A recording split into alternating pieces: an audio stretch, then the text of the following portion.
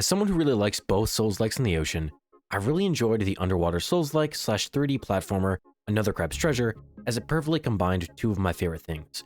So when I learned about another underwater Souls-like called Glaciered, I couldn't have been more excited. Now, some of you may already be familiar with Glaciered thanks to a certain metallic fruit, but for those that aren't, Glaciered is an upcoming indie Souls-like where you face off against various sea creatures as a Tau, and of all species of bird, 65 million years in the future.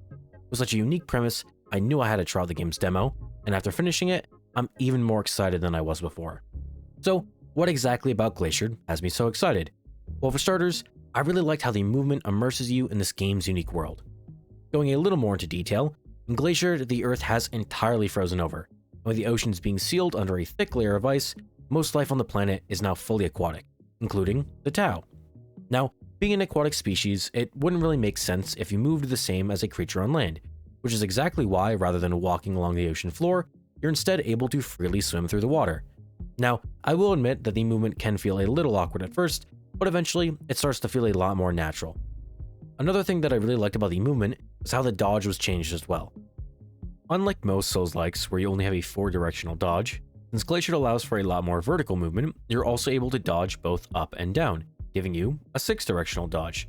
Plus, with there being plenty of attacks designed with this change in mind, the vertical dodges feel really useful.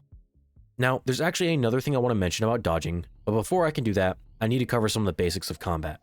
Now, for the most part, Glaciered's combat is pretty standard. You've got enemies to defeat, and health and stamina to manage while doing that. In addition to that, though, you've also got to manage your heat. Now, heat is a resource that you can use in combat.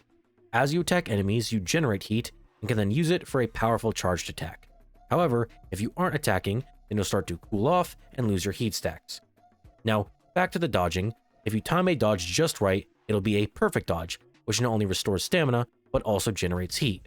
So, ideally in combat, you want to attack enemies to generate heat, perfect dodge when you can, and finally, use your heat for a large burst of damage. And since heat attacks don't use stamina, you regen it during the attack, starting the process all over again. However, just because someone could do that, doesn't mean everyone can. Luckily though, Glaciered has a variety of genetic mutations that let you change how you play the game to better suit your tastes.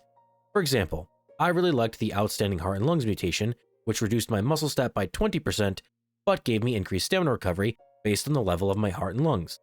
Combined with the efficient heat sack, which prevented me from perfect dodging, but also cut the stamina cost of dodging in half, allowed me to be extremely mobile in fights. With this being only 2 of the mutations available in the demo, I'm really excited to see what else there is in the full game. Along with that, it seems that as you level up, you're able to equip more mutations, allowing for even more interesting combination. And with how cheap it was to respec, it seems like you're able to change your build and experiment quite a bit, which is always greatly appreciated. Speaking of your build, I've yet to talk about the variety of weapons, or rather quills, that you can choose from.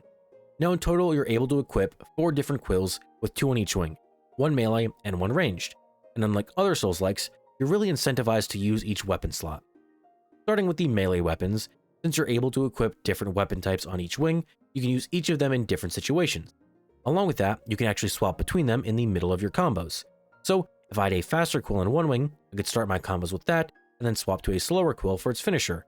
Or instead, I could use the faster quill to generate heat, and then use the charge attack from the slow weapon for more damage. Moving on to the ranged weapons, you still want to equip a quill in each slot since they each have their own ammo reserves. However, since you only have one button to shoot, you'll need to swap wings while aiming to switch between them.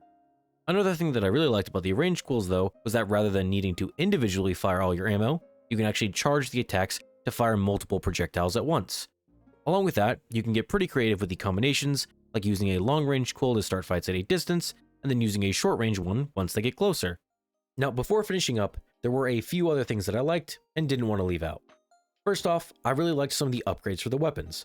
The secondary effects were fairly simple, just offering basic stats or random effects, while the main traits had a lot of unique effects, like making a weapon poisonous or dealing more damage if you had less mutations.